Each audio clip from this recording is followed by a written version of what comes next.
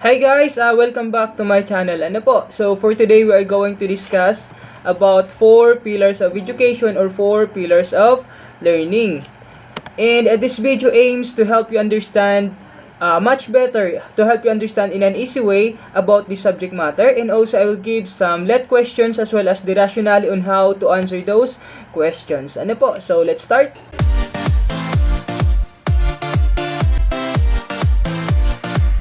Now, what are the 4 pillars of education or 4 pillars of learning? We have learning to know, learning to do, learning to be, and learning to live together. Ano po? Now, the first one, learning to know. It is all about gaining knowledge, memory skills, ability to think, and acquiring the instrument of understanding. If we are going to observe what I have put here, these are all about the mind. Ano po? These are all about our way of thinking. This is all about knowledge. Ano po? That is learning to know.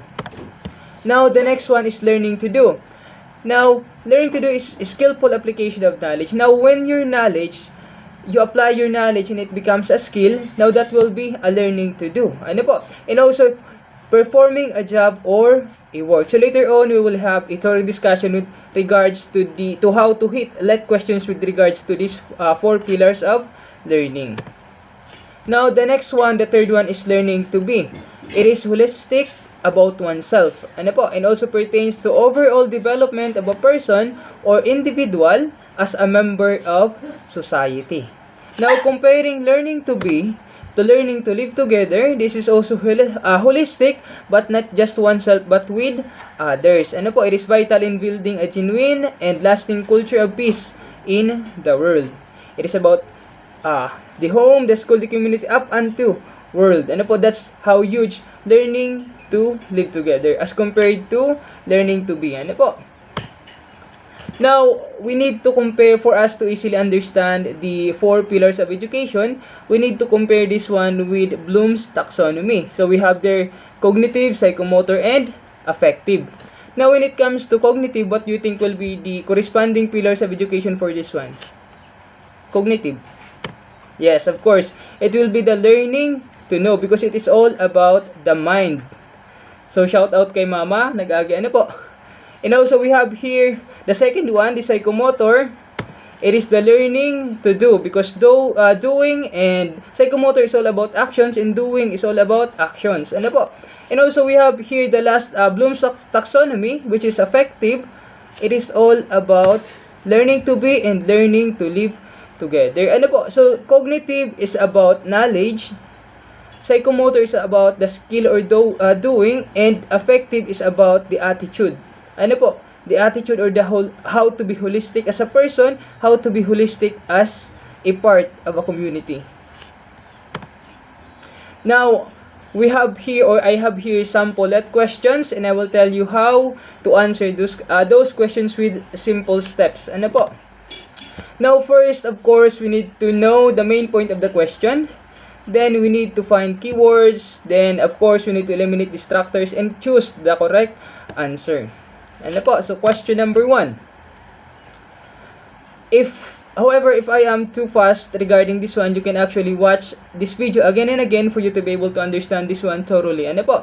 Now, question number 1. Material development at the expense of human development points to the need to do more blank in the school. A, B, C, or D? Now, the first question is that what is the main point of the question?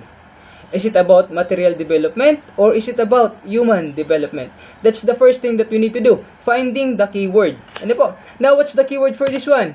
It is human development. Ano po? If the keyword is human development, now we need to do the next step on how to answer professional education questions. It is eliminating distractors. Now, what should be the first one that we need or we can eliminate for this one? Is it about learning to be? Can we eliminate learning to be? Is it about learning to do, learning to know, learning to live together? So for this one, we can eliminate first the learning to live together. Ano po? Why? Because it is human development. Though yes, it is part of learning to live together. However, it is not talking about holistically living with others. Ano po? It is not pertaining about the schools, community, yada, yada, yada. Ano po? And also, we can eliminate learning to do. Why? Because this is not about skills. So we have eliminated two options, learning to do and learning to live together. So options now from 25% becomes 50%. 50% chance of getting the right answer. So we have here learning to be or learning to know. So what should be the answer? So when we say human development, again, learning to know is about the mind, about thinking, about understanding, and learning to be is about holistically or being developed holistically with oneself as oneself. Ano po? So for this one, the answer for this one is letter A, learning to be, because again, it is human development. Now, number 2.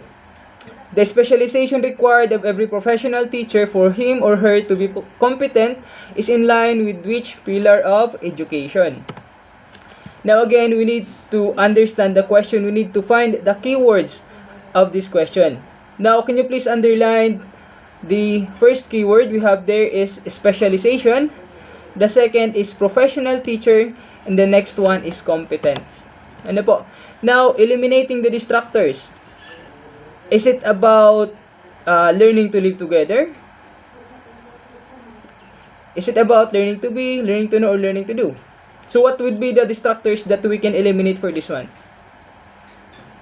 Is it about doing? No. So we can eliminate learning to do. Ano po?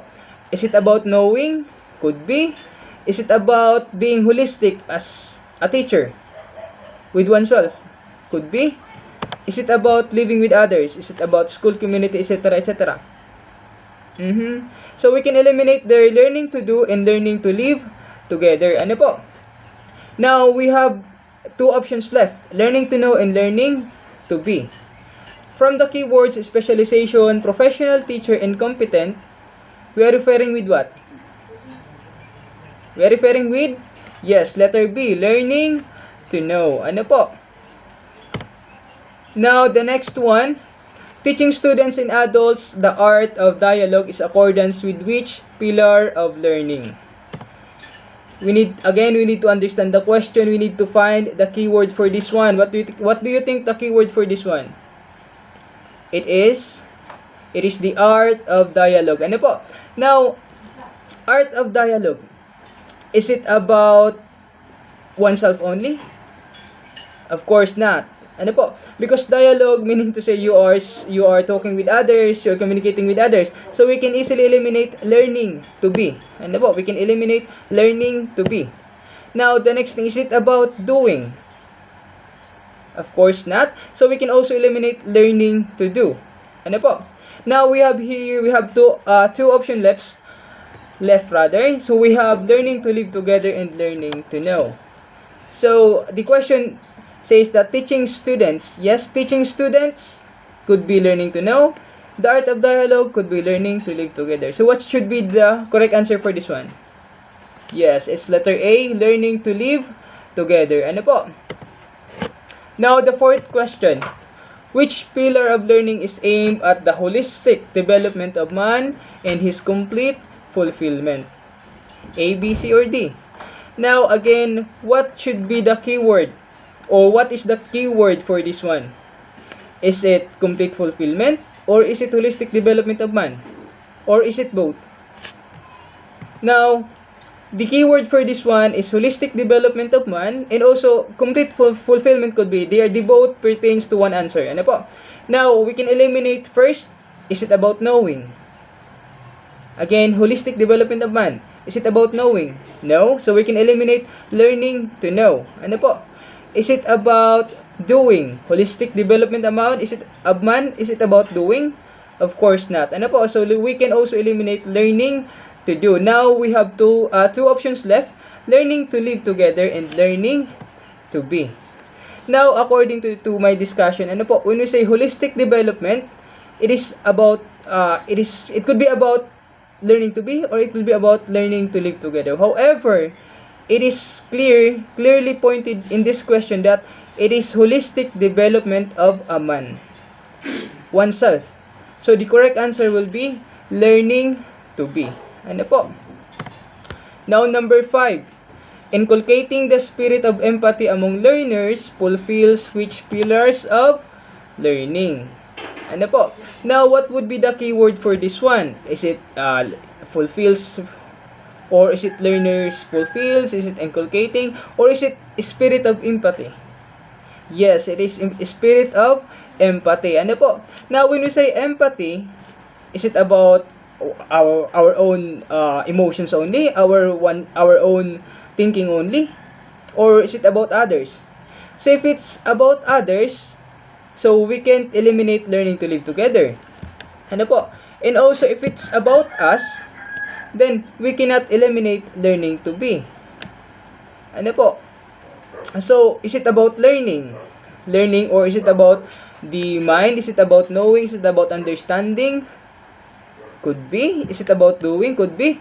So the first thing that I will eliminate here is the learning to do, and also I will eliminate learning to know. So we have here two options left: learning to live together and learning to be. So again, going back to the question, going back to the keyword, spirit of empathy, what would be the best answer for this one? Again guys, empathy. So it's learning to live together. Ano po? Now number 6.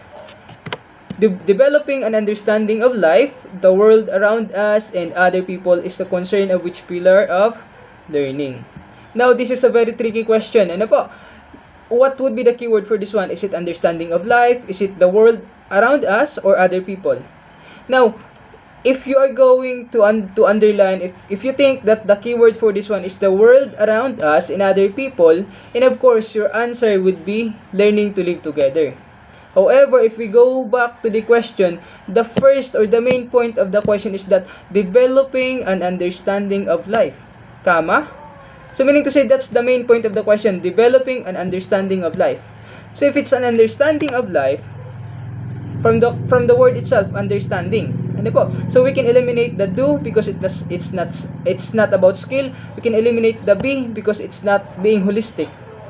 It's about understanding of life. So the correct answer or the best answer for this one is learning to know. Letter A. Ano po? Now number 7. Transforming certified skills into personal competence is the concern of which pillar of learning?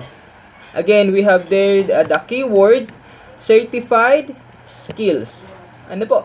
Now, if it's skill, again, it's not knowing, it's not about the mind, it's not about the attitude, it's about doing. So it will be learning to do. Ano po? Now, number 8, what is an offshoot of the fourth pillar of learning? Learning to live together. Now, for this one, we are asked about the offshoot or the main point of the learning to live together. Now, this question should be taken differently. Ano po? Instead of finding keywords on the question itself, we need to find the keyword on the options. Now, letter A, what would be the keyword for the option A? It is respect for diversity. What would be the keyword for option B? It is show concern. Ano po? What would be the keyword for letter C? It would be celebrate United Nations Week. What would be the keyword for letter D? It's teach care for the environment. Now, we need to eliminate the distractor. We need to find the least important in these options or on the options. Ano po? Now, letter D. We should only teach care for the environment. Is it inclined with learning to live together? Yes, however, is it that important as compared with the rest? So, of course, it's not. Ano po? So, we can eliminate letter D. How about letter C? Schools celebrate United Nations Week? Yes, it could be. So, for now, we will not eliminate this option, letter C. How about letter B? Schools show concern. So, nagpapakita lang po ng concern about what will happen with the children after they leave school. It's only showing concern. Is it that, does it has a deeper meaning as compared to the rest? Does it have a deeper connection with learning to live together? Ano po? So, letter A. For me, I will eliminate letter B and we have two options left.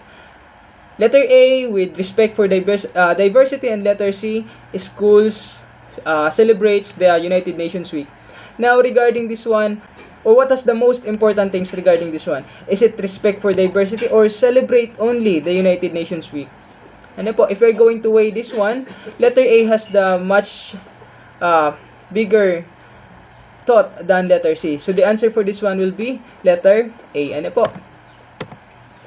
Now, the last question will be, learning to be a pillar of learning is applied when schools blank. Ano po, again, this question, instead of finding the keyword on the on the questions, we need to find the keywords on the options. Ano po, 1, 2, 3. Number 1, facilitates personality development, learn more about themselves, and immersed in their culture. Those are the 3 words on the 3 options. Ano po? Now, the question for this one is that, are the options positive? Are all the options positive? And are all the options pertains to being a holistic person? If yes, then of course, the answer for this one are the 3. 1, 2, and 3. Ano po? So, that's it. I hope that you have gained something, you have gained knowledge from this one. And I hope to see you in my next video. Ano po? Kindly subscribe, follow, and share my videos for us to help more people. Ano po? So, thank you for watching.